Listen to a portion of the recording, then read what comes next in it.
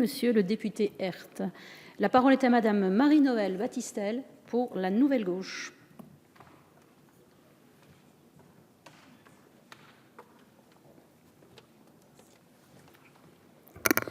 Merci madame la présidente, monsieur le ministre, messieurs les rapporteurs, monsieur le président de la commission des affaires économiques, chers collègues.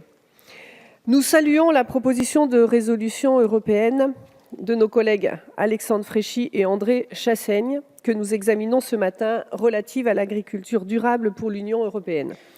J'associe à mon propos, bien évidemment, notre collègue Dominique Potier, retenu par le collègue Planèque A sur l'agriculture.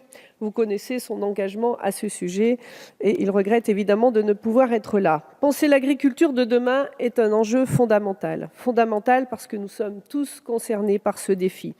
Après des décennies passées à construire des modèles d'agriculture intensifs et industriels, nous nous rendons compte des risques pour notre santé comme pour la biodiversité. À force de sélectionner les semences et les espèces, de maximiser les rendements, de réduire les coûts, nous avons perdu l'objectif d'aller vers une agriculture saine, durable et productrice d'une alimentation de qualité.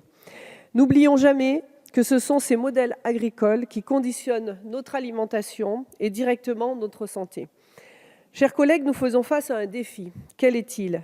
Il s'agit de changer un modèle agricole, le transformer pour construire une agriculture du XXIe siècle et à même de contribuer à cette grande transition écologique que nous appelons tous de nos voeux. Alors, quand le gouvernement a proposé les États généraux de l'alimentation, nous avons décidé d'adopter une posture constructive. En effet, il s'agissait de réfléchir avec tous les acteurs du secteur aux enjeux agricoles, alimentaires et sanitaires. Si nous avons accueilli favorablement l'idée de ces États généraux, c'était pour apporter notre vision d'une agriculture ouverte à tous, respectueuse de l'environnement et économiquement durable pour les agriculteurs. Pendant 6 mois, à travers les travaux des 14 ateliers des EGA, s'est révélée une France capable de se rassembler et d'innover.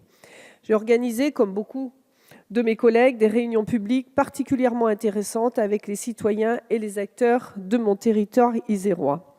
Autant le dire, nous considérons que toute la richesse de ce travail n'a pas donné lieu à une loi ambitieuse et à la hauteur des enjeux de demain. Le projet de loi est apparu en deçà de nos attentes, quand il aurait pu constituer un formidable rebond dans la continuité du quinquennat précédent. Si nous nous sommes pleinement investis dans l'élaboration de cette loi, seules 3 de nos idées ont été retenues. Le label haute valeur environnementale, l'agriculture de groupe et les contrats tripartites, producteurs, transformateurs, distributeurs, pluriannuels et équitables. Dans ce contexte, le groupe Nouvelle Gauche soutient cette proposition de résolution. Elle nous permet fort utilement de revenir sur des idées fortes. Nous pensons que la PAC est un investissement qui dépasse les frontières et soude les peuples autour des mêmes objectifs.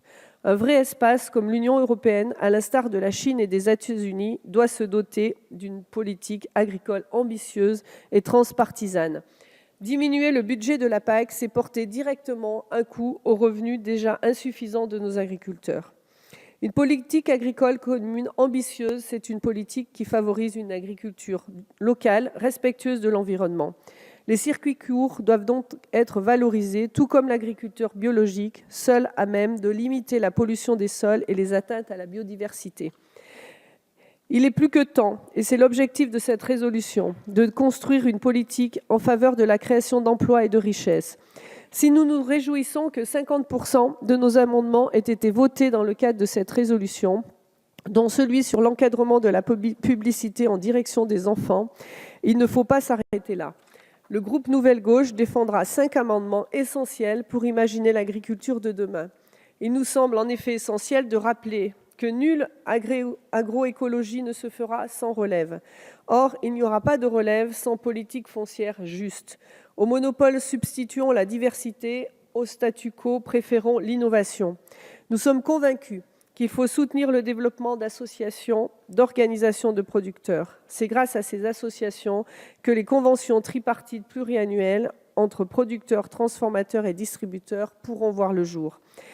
Songez bien que nulle agroécologie ne se développera sans plan de recherche ambitieux. L'arrêt des intrants chimiques à l'horizon 2021 ne doit pas constituer une injonction de la puissance publique, mais bien un objectif commun d'accomplissement de notre société. À l'échelle internationale, les débats récents autour de la mise en œuvre du CETA ou du traité pour le Mercosur constituent une opportunité de défendre une nouvelle génération de traités modernes dans leur portée, mais respectueuses de nos agriculteurs et de leurs exploitations. Nous sommes attachés au respect de la souveraineté alimentaire. En appui de celle-ci, nous porterons l'ambition d'une grande politique de co-développement conçue comme un investissement de prévention. Si toutes ces propositions étaient reprises, nous pourrions dire alors que nous aurons envoyé un message positif. En tout cas, nous apportons notre soutien à cette résolution. Merci, Madame la députée Battistel.